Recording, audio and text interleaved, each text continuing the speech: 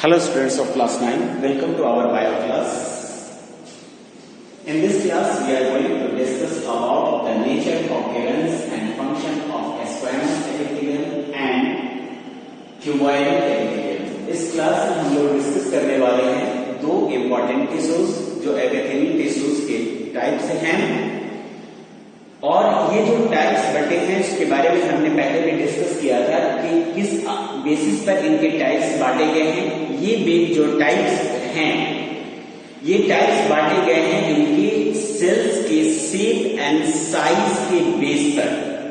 ठीक है स्टूडेंट्स, तो इस सेल्स के शेप एंड साइज के बेसिस पर जो एपिथेलियल टिश्यूज हैं इसके तीन टाइप हैं, स्क्वैमस एपिथेलियम, क्यूबॉइडल एपिथेलियम और कॉलमनार एपिथेलियम। स्क्वैमस एपिथेलियम के बारे में आपको आज सबसे पहले डिस्कस करते हैं। स्क्वैमस एपिथेलियम का नेचर है कि it consist of thin, flat and disc like cells. इसके जो सेल्स होते हैं वह कैसे होंगे? तो इसके cells thin, flat and disc like cells होते हैं। लाइक दिस, यहां पर आप देख सकते हो कि यह जो है यह थिन फ्लैट सेल्स का एक एग्जांपल है। ठीक है ना, इसमें डिस्क लाइक सेल्स होते हैं। डिस्क का मतलब आपने देखा होगा सीडी कार्ड सीडी डिस्क होता है, यानी कैसे डिस्क हो या डीवीडी है। ठीक है, तो वो ऐसे ही डिस्क लाइक सेल्स इसमें अवेलेबल होते हैं, but the cells are compactly arranged, यानी इसके जो सेल्स होते हैं ये कॉम्पैक्टली अरेंज्ड होते हैं। इसके सेल्स के बीच में कोई भी इंट्रासेलुलर स्पेस अवेलेबल नहीं होता है। अगर थोड़ा बहुत इंट्रासेलुलर स्पेस हो भी, ठीक है, थोड़ा बहुत अगर इंट्रासेलुलर स्पेस होता भी है तो वो स्पेस जो है वह फिल कर दिया जाता है, ठीक है, किसी अनदर टाइप्स ऑफ टिश्यूज के द्वारा। ठीक है, another types of substances, liquid ground substance के द्वारा उसके फिल कर दिया जाता है। तो इसमें पहला हमने देखा कि इसका कैरेक्टरिस्टिक की फ्लैट डिस्क लाइक सेल्स को कंसिस्ट करता है and these are fit together to form compact tissue, यानी एक दूसरे से फिटेड होते हैं और कॉम्पैक्ट टिश्यू को फॉर्म करते हैं। And the next feature is कि the nucleus of these cells are thin and flat. ठीक है, इसके न्यूक्लियस की सेल्स थिन एंड फ्लैट है, तो न्यूक्लियस भी थिन एंड फ्लैट होंगे। And nucleus is centrally located and is round in shape, यानी वह राउंड शेप में होते हैं। थिन और फ्लैट न्यूक्लियस इसमें अवेलेबल होते हैं एंड न्यूक्लियस उसके सेंटर में अवेलेबल होता है।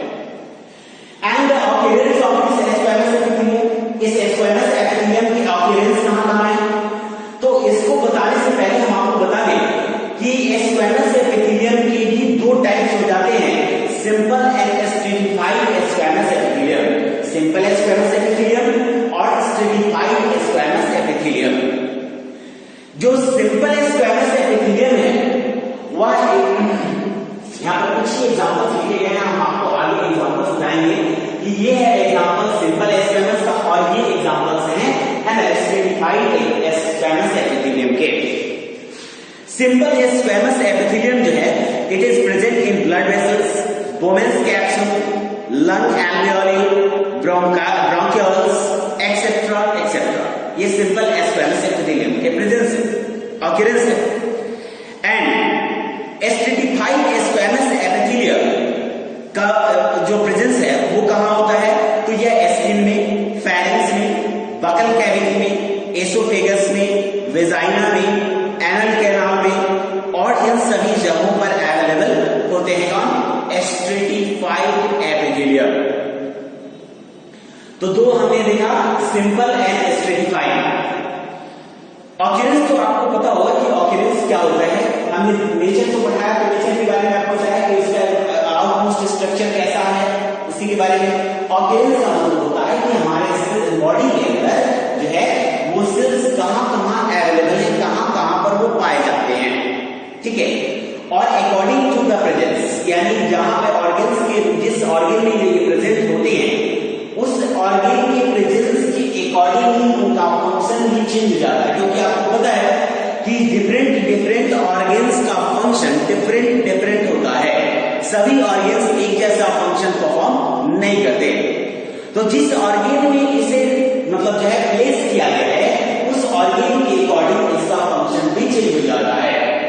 फिर ये फंक्शन कौन कौन सा परफॉर्म करते हैं? तो protection is the most common function of all the epithelial tissue, यानी जितने भी एपिथेलियल टिश्यूज हैं उनका मोस्ट कॉमन फंक्शन क्या होता है? तो प्रोटेक्शन जो होता है वह उसका मोस्ट कॉमन फंक्शन होता है। ठीक है, तो ये प्रोटेक्शन प्रोवाइड करते हैं। दूसरा काम क्या करेंगे? तो यह क्या करते हैं? एक्सचेंज ऑफ मटेरियल्स, यानी मटेरियल्स को एक्सचेंज करने में उस मतलब जो है उस पर्टिकुलर बॉडी पार्ट को हेल्प करते हैं। अब कहां पर यह एक्सचेंज ऑफ मटेरियल्स को परफॉर्म करेंगे? तो यह जो है मतलब एक्सचेंज ऑफ मटेरियल्स के लिए जब यह लंग्स में प्लेस किए जाते हैं, लंग्स में जब प्लेस किए जाएंगे तो उस लंग्स में जाने के बाद वह एक्सचेंज मटेरियल्स को एक्सचेंज करने में हेल्प करेगा। जैसे हमने आपको बताया कि अब वोमेन्स कैप्सूल में अवेलेबल है, ब्लड वेसल्स में अवेलेबल है, एसोफेगस में है और वेजाइना में।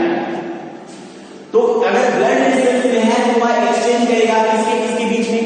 तो यह कहता है कि यह जो है टिश्यू फ्लूइड और ब्लड के बीच जो सब्सटेंसेस का एक्सचेंज होता है उस एक्सचेंज में एक इंपॉर्टेंट रोल प्ले करता है। और ये एक्सचेंज होता कहां है इसमें? तो actually this exchange takes place है ना इन कैपिलरीज।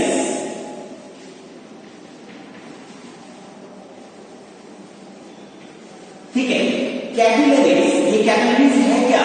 तो capillaries is a type of blood vessel, या ब्लड वेसल का एक टाइप है जिसमें आर्टरीज और वेन्स, और जिस प्लेस पर आर्टरीज और वेन्स आपस में मिलती हैं नेटवर्क के फॉर्म में, उसी को हम लोग कहते हैं कैपिलरीज। ठीक है, तो इस कैपिलरीज में ये अवेलेबल होती हैं और वहां पर वह डिफरेंट सब्सटेंसेस के एक्सचेंज में हेल्प करते हैं, है ना, पर्टिकुलर बॉडी पार्ट को, ताकि वह ब्लड जो जिन सब्सटेंसेस को कैरी करके लाता है उन सब्सटेंसेस को उस बॉडी टिश्यू को प्रोवाइड कराया जाए। और आफ्टर मेटाबॉलिक प्रोसेस जो बॉडी टिश्यूज जिस वेस्ट मटेरियल को जनरेट करते हैं उस जनरेटेड वेस्ट मटेरियल को वहां से हटाए जाने के लिए उसे वापस रिटर्न उस ब्लड वेसल्स के अंदर, है ना, पहुंचा दिया जाए और इस तरह वह एक्सचेंज प्रोसेस में हेल्प करते हैं। नेक्स्ट है कि यह जो है लंग्स एल्वियोली में भी अवेलेबल होता है और वहां पर यह गैसियस एक्सचेंज प्रोसेस को परफॉर्म करने में हेल्प करता है। किस प्रोसेस को परफॉर्म करेगा? तो गैसियस एक्सचेंज प्रोसेस को परफॉर्म करता है। अब गैसियस एक्सचेंज क्या है? तो यह एल्वियोली में जो पाया जाता है, लंग्स के एल्वियोली में, वहां पर जब मतलब ब्लड आते हैं तो वह अपने अंदर प्रेजेंट कार्बन डाइऑक्साइड को रिलीज करेंगे और ऑक्सीजन को एब्जॉर्ब करेंगे। तो उस समय चूंकि कैपिलरीज में, वहां पर कैपिलरीज में ही एक्सचेंज होता है, तो वहां पर कैपिलरीज जो है वह क्या करता है? तो उस गैसेस एक्सचेंज प्रोसेस को परफॉर्म करता है और एल्वियोली उसमें हेल्प करते हैं। तो एल्वियोली में भी वही टिश्यू होते हैं और कैपिलरीज में भी वही टिश्यूज अवेलेबल होंगे। नेक्स्ट क्यूबॉइडल एपिथेलियम के बारे में हम लोग बात करेंगे। ठीक है, क्यूबॉइडल एपिथेलियम, क्यूबॉइडल एपिथेलियम को जो है ये क्यूबॉइडल एपिथेलियम किस तरह के सेल्स को कंसिस्ट करता है? तो it consist of cube like cells which are compactly arranged. ये जो क्यूबॉइडल एपिथेलियम है यह क्यूब लाइक सेल्स को कंसिस्ट करता है जो कि कॉम्पैक्टली अरेंज्ड होते हैं। ठीक है, कॉम्पैक्टली अरेंज होते हैं और इसके सेल्स जो है इसकी सेक्शन सरफेस पर जो है इसका अपीयरेंस होता है स्क्वायर का। ठीक है, स्क्वायर के शेप में होते हैं, यानी इसके चारों साइड्स इक्वल होंगे देखने पर। और जब हम इसके फ्री सरफेस को देखते हैं तो it's look like polygonal in shape, या पॉलीगोनल शेप में हमें नजर आता है, पॉलीगोनल शेप में हमें नजर आता है। ठीक है, तो फ्री सरफेस का व्यू अलग होता है और उसका ट्रांसवर्स सेक्शन का व्यू अलग होता है। चलिए, ये तो हमने देखा कि क्यूबॉइडल एपिथेलियम के सेल्स कैसे होते हैं। न्यूक्लियस का इसका जो है वह कैसा इसका प्रेजेंस होता है? तो न्यूक्लियस जो है वह सेंट्रली लोकेटेड होते हैं, round shape and centrally located. Shape उसका राउंड होता है और उसका प्रेजेंस उसके सेल के ठीक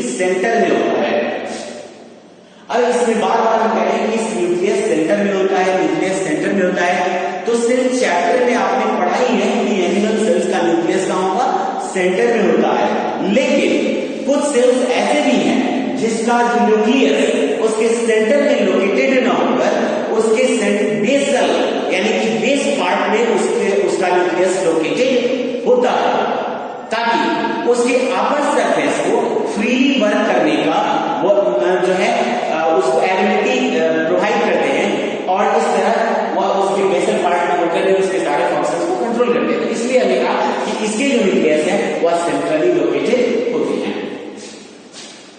इसके ऑक्यूपेंस की बात करें तो ये भी क्यूबॉइडल एपिथेलियम भी दो तरह का होता है, एक सिंपल क्यूबॉइडल एपिथेलियम और दूसरा जो होता है वह होता है स्ट्रेटिफाइड क्यूबॉइडल एपिथेलियम।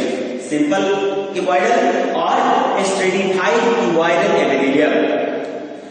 इसमें सिंपल क्यूबॉइडल एपिथेलियम जो है वह कहां-कहां अवेलेबल होता है?